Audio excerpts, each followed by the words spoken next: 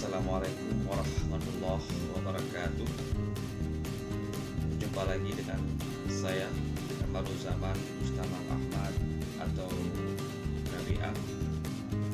Dalam sesi ini saya akan lanjutkan kajian kita tentang teknologi. Banyak orang bertanya kenapa saya memunculkan istilah ini, ada apa, kemudian apakah konten dari kajian teknologi. Kemudian ada juga yang bertanya apakah tidak terlalu cepat memberikan sebuah konsep keilmuan pada studi Aceh ini.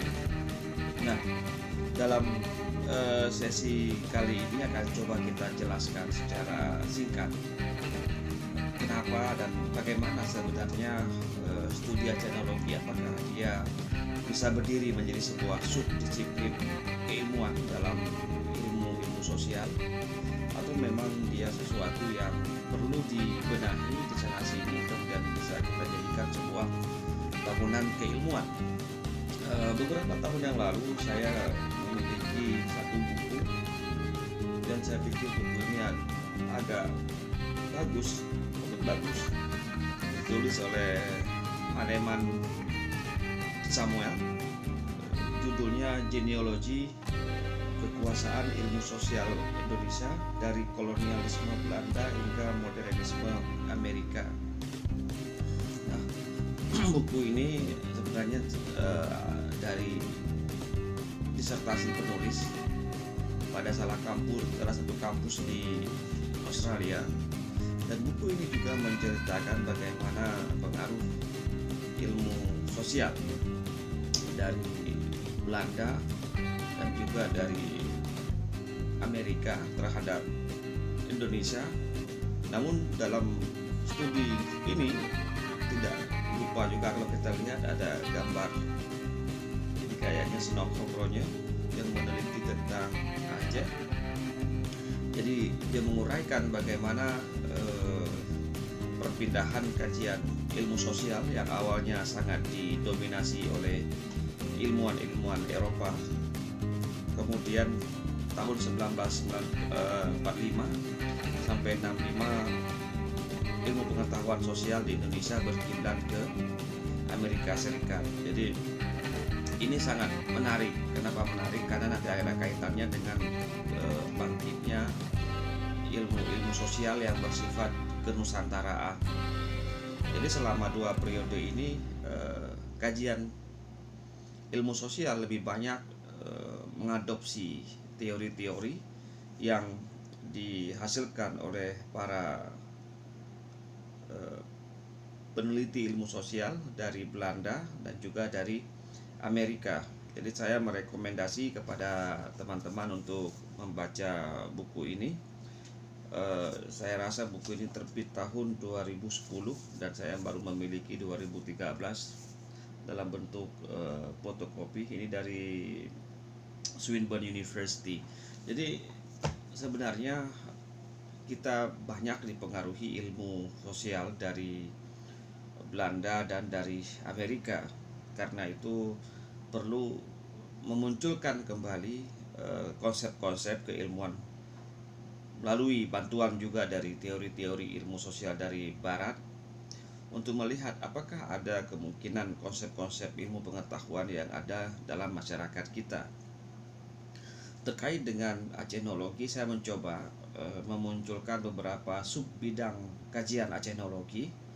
Jika sebelumnya saya sudah uraikan bagaimana sebenarnya duduk perkara teknologi, kemudian medan kajiannya nanti akan ditambah terus, kemudian bagaimana cara berpikir orang Aceh. Nah, dalam kesempatan yang berbahagia ini saya coba petakan dalam teknologi, kalau tidak salah saya jilid 2 atau volume 2. Di sana saya jelaskan ada 6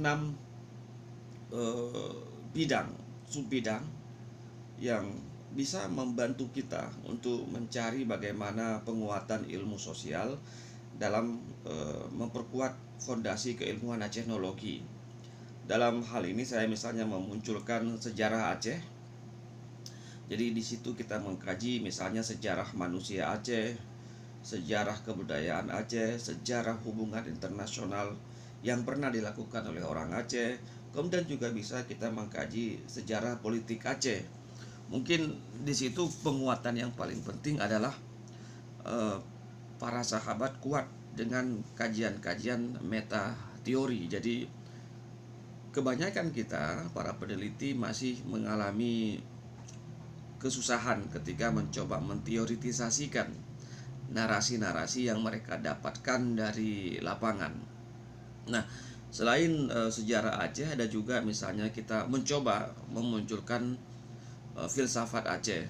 Nah, dalam satu buku yang saya baca, kajian filsafat lebih banyak merujuk kalau di Asia itu pada Cina dan India, sedangkan di Eropa lebih banyak merujuk kepada tradisi berpikir Yunani.